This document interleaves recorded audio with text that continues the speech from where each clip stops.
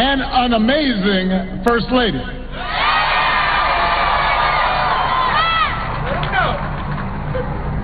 8 years ago, I asked all of you to join me on an unlikely journey. We set out not just to change programs or policies, but to rebuild an economy where everyone had a chance to succeed.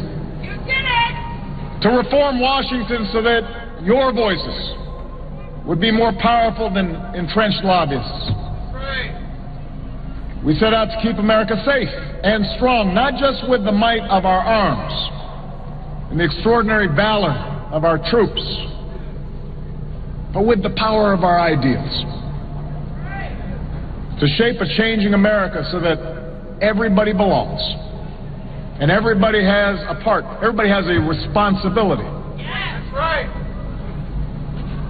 Now, we didn't know when we began that America would fall into the worst economic crisis of our lifetimes. But in the face of great challenges, in the face of entrenched interests, in the face of, in some cases, unprecedented obstruction and a cynical Washington, we stayed with it. The American people stayed with it. And because of your resilience, because of your strength, because of your faith, we turned yes we can into yes we did.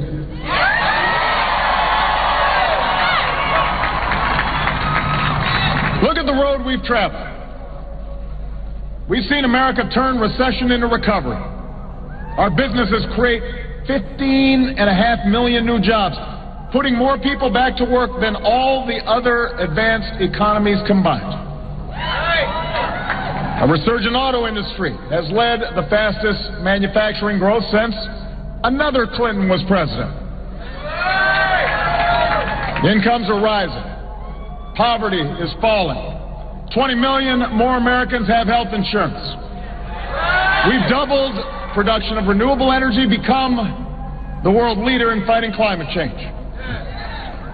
Marriage equality is finally a reality from coast to coast. We brought home more of our men and women in uniform. Took out Osama bin Laden. And almost every country on earth sees America as stronger and more respected today than they did 8 years ago. In fact, because Bill Clinton is here, I did some math, a little arithmetic. Under the last two Republican presidents, job growth was basically flat. Deficits went up.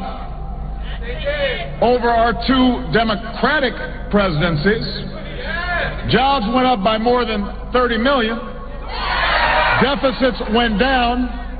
Millions more Americans gained health insurance. So yes, with Democrats in charge, America is stronger. Those are just the facts. And with just one more day to go, we now have the chance to elect a 45th president who will build on our progress, who will finish the job, who already has the respect of leaders around the world and the people they serve, who is smart and who is steady and who is tested. Yes, he is. Someone who comes to this office as well prepared as anyone who has ever run. More than me, more than Bill, the next president of the United States, Hillary Clinton.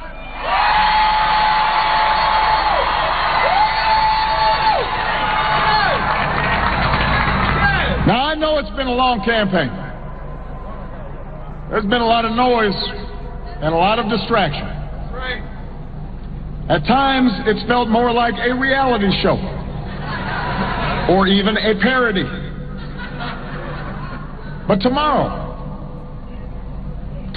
Philadelphia, the choice you face when you step into that voting booth could not be clearer and could not be more serious.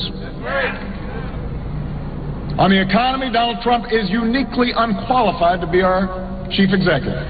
That's why most CEOs and economists don't support him. He would trigger a reckless trade war that cost jobs, strip 20 million Americans of their health insurance, roll back the new rules designed to check Wall Street recklessness and protect consumers, and would roll back the regulations we put in place to preserve this planet for our kids. That's right. On foreign policy, Donald Trump is temperamentally unfit to be commander-in-chief. Don't take my word for it. Listen to the Republicans who've refused to support him. Come on, man, talk about it. He lacks a basic understanding of the world, justifies torture, suggests abandoning our allies. Over the weekend, his campaign took away his Twitter account because he's erratic. If his closest advisors don't trust him to tweet, why would any of us trust him with the nuclear code?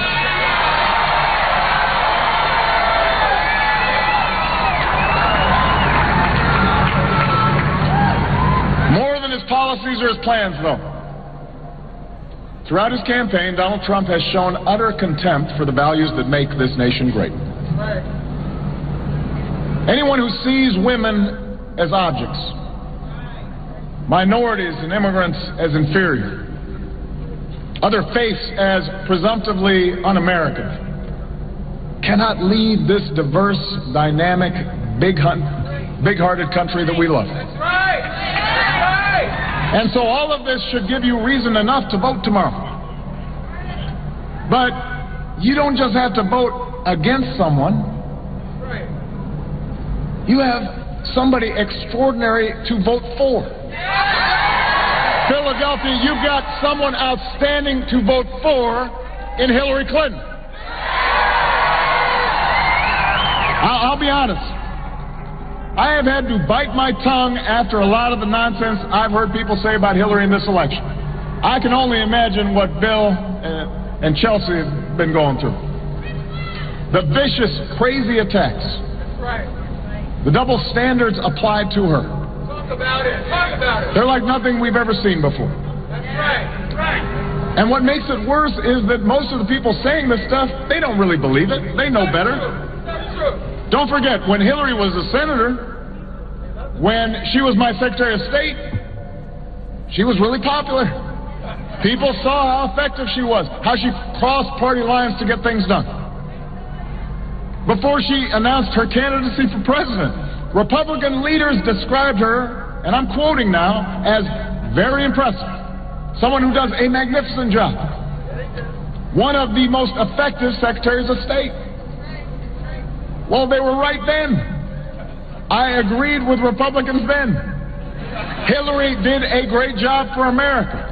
She's a big reason why we're more respected around the world. But then, when it was politically expedient, those same Republicans began tearing her down. And look, when you're subjected to unrelenting negative fire, it takes a toll. But here's the thing about Hillary. She doesn't complain. She doesn't buckle. She brushes it off. Like the American people, she is strong and tough. And she knows that government service is not about her. It's about you. Your struggles. Your dreams. Throughout her career, Hillary has followed that Methodist creed her mom taught her. Do all the good you can for all the people you can, in all the ways you can, for as long as you can. And she doesn't plan on stopping now. And that's now I know she will work her heart out for you. For everybody still in need of a good job or a raise. For every child who needs a sturdier ladder out of poverty. For every student who needs relief from student debt. Every immigrant who wants to contribute to this country they love. For every American who has not yet felt the progress of these past 8 years. She will work. And she will deliver. She won't just tweet. But she will need your help. And she'll need help in Washington. If you want Hillary to continue the progress we've made, you need to give her allies in the Senate like Katie McGinty.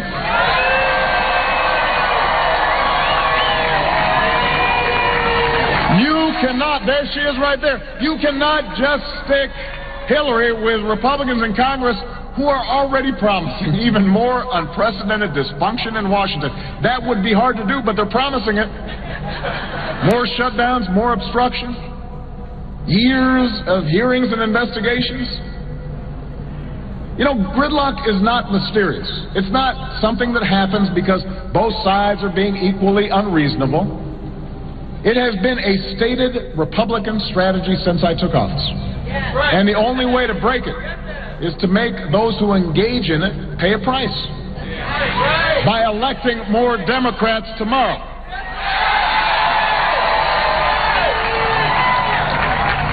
Look at Katie McGinty's opponent, Pat Toomey. Don't boo. Vote. I've given him credit for working with us on background checks that 90% of Americans supported. But you know, that position rings hollow when he supports a Republican leader who blocked that bill. And it doesn't come close to making up for his repeated votes to give tax cuts to the wealthy, just like Donald Trump would. To block a higher minimum wage, just like Donald Trump would. To repeal the Affordable Care Act, just like Donald Trump would. We do not need a Trump-to-me economy. We need someone who's never forgotten her working-class roots, the daughter of a restaurant hostess and a Philadelphia beat cop, somebody who went to college with the help of scholarships and student loans. Katie McGinty won't just be with you part of the way, she'll be with you all of the way, and that's why you've got to vote for her.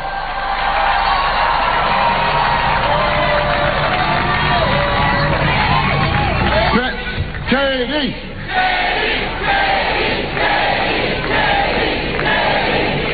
Pennsylvania, if you think endless gridlock will help your family, you should vote Republican. But if you believe America can do better than that, if you care about creating jobs that families can live on and child care they can afford, if you care about equal pay for women and a higher minimum wage for workers, you need to vote for Democrats up and down the ticket. People like Hillary, people like Katie McGinty, people who will roll up their sleeves and move America forward. Listen, I know we live in a cynical time. And I know elections and all the negative ads tend to heighten that cynicism. Just last week, a journalist asked me if I still believe the optimism I expressed that night back in Boston 12 years ago. That we were more than a collection of red and blue states. That there wasn't a liberal America or a conservative America, a black America or a white America. There was just the United States of America. He asked me if I still held on to the hope of 2008. If I still believed in change. After all, he said, the country's so divided. Hillary's in such a close race with someone who stands in total opposition for all that you've ever stood for. Maybe your vision was misguided, he suggested, or at least very naive. And it was a fair question. I had to acknowledge that I hadn't fully counted on the obstruction we'd see when I first came into office and had to save the economy. I didn't anticipate the way social media would magnify our divisions and muddy up facts. None of us knew then how deep the Great Recession would cut and how many people would suffer and how it would make so many people anxious about their futures and their kids' futures, even after the economy recovered. But despite all that, I told them, the answer is yes. I still believe in hope. I'm still as optimistic as ever about our future, and that's because of you, the American people. In my visits to schools and factories, war theaters, national parks, in the letters you've written me, in the tears you've shed over a lost loved one, I have seen again and again your goodness and your strength and your heart. In 2008, you gave me a chance. A skinny guy with a funny name.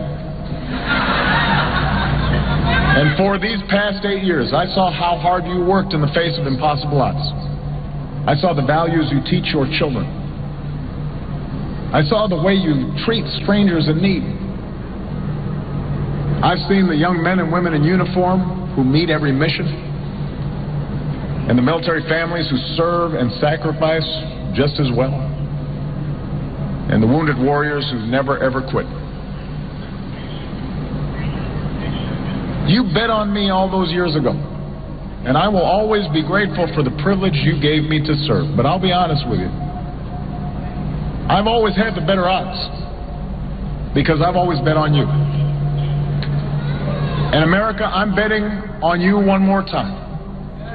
I'm betting that tomorrow, most mom and dads across America won't cast their vote for someone who denigrates their daughters from the highest office in the land. I'm betting that most Americans won't vote for someone who considers minorities and immigrants and people with disabilities as inferior, who considers people who practice different faiths as objects of suspicion. I'm betting that tomorrow, true conservatives won't cast their vote for someone with no regard for the Constitution. I'm betting that young people turn out to vote because your future is at stake. I'm betting that men across this country will have no problem voting for the more qualified candidate who happens to be a woman. I'm betting that African Americans will vote in big numbers because this journey we've been on was never about the color of a president, but the content of his or her character. I'm betting that America will reject a politics of resentment and a politics of blame and choose a politics that says we are stronger together.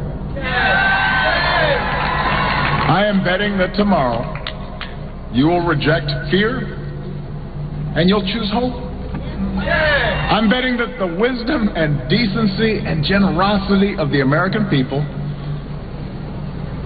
will once again win the day. And that is a bet that I have never, ever lost. Philadelphia, in this place, where our founders forged the documents of freedom, in this place where they gave us the tools to perfect our union. If you share my faith, then I ask you to vote.